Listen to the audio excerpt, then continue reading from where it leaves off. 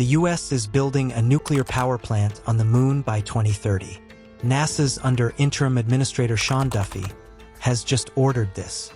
Why build a nuclear reactor on the moon? Because the space race is back, this time between the US, China, and Russia. But there is something good for our future. Watch till the end to know what the US is doing on the moon. NASA's directive calls for a 100-kilowatt fission reactor installed on the lunar surface by 2030, up from earlier 40 kilowatts designs. A project leader assigned within 30 days, and a bid request issued within 60 days for private contractors. The goal is to make sustainable power for lunar bases, Mars missions, and strategic lunar operations. This is part of NASA's Artemis campaign to build a permanent human presence on the moon and eventually go to Mars. NASA's Kilopower reactor program and US DOE collaboration are key contributors. The long lunar night, 2 weeks of darkness, makes solar power unreliable. Nuclear power, on the other hand, can provide continuous electricity regardless of sunlight, enabling constant lighting, heating, and communication.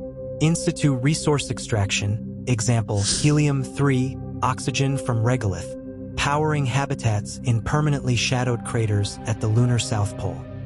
China and Russia announced a joint lunar research station targeted for operation by the 2030s, including their own nuclear power setup. NASA fears the first reactor will create a persistent keep-out zone, limiting future US operations near lunar poles. It's about power. Solar isn't scalable. Nuclear is.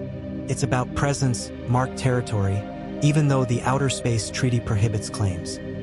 Critics point to deep NASA budget and personnel cuts, lowest workforce since 1961. Leadership questions. Duffy holds dual roles with the US Transportation Department.